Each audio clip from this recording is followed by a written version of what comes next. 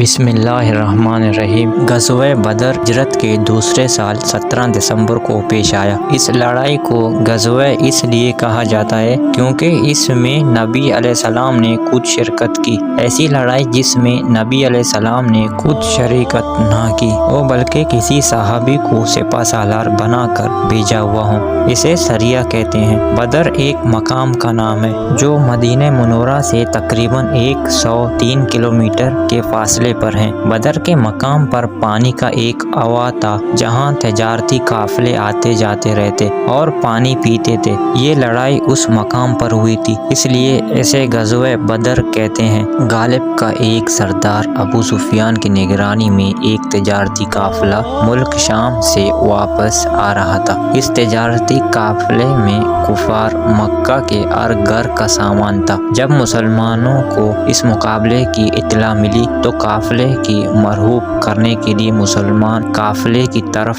چلنے لگے۔ جب ابو سفیان کو اطلاع ملی تو اس نے سمجھا کہ شاید مسلمان قافلے کو لوٹنا چاہتے ہیں۔ ابو سفیان نے قریش مکہ کو مدد کے لیے پکارا۔ قریش مکہ نے فوراً 1000 جنگجو کا لشکر تیار کیا اور ابو جہل کی قیادت میں بدر کی طرف روانہ ہو گئے۔ مسلمان تو صرف کفار مکہ کو مرہوب کرنے کے لیے مدینہ سے نکلے تھے، ان کا ارادہ جنگ کرنے کا نہیں تھا، اس لیے ان کے پاس بہت کم جنگی ساز و سامان تھا۔ مسلمانوں کی کل تعداد 313 تھی، جن کے پاس 2 گھوڑے، 70 اونٹ اور تلواریں تھیں۔ اس کے برعکس کفار کے فاصلے کا جو علی سواریوں اور جنگ سامان سے لیس تھے۔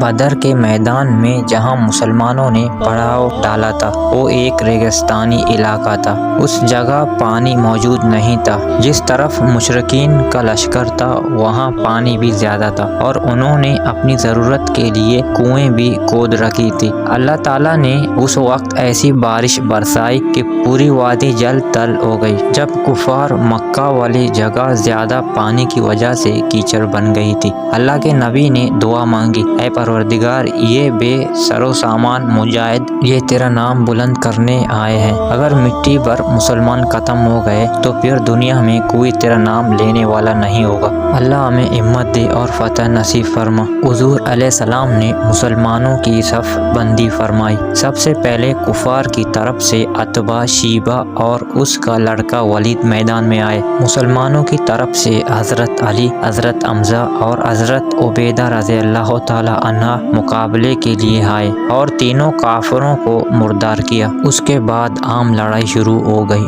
اللہ تعالیٰ نے مسلمانوں کو فتح کے لیے فرشتے بھیج دیے۔ کافروں کے بڑے بڑے سردار مارے گئے اور وہ میدان چھوڑ کر بھاگ نکلے۔ 70 کافر مارے گئے اور اتنا ہی قیدی بنا لیے گئے۔ مسلمانوں کا بہت کم نقصان ہوا، صرف 14 مسلمان جام شہادت نوش کیا۔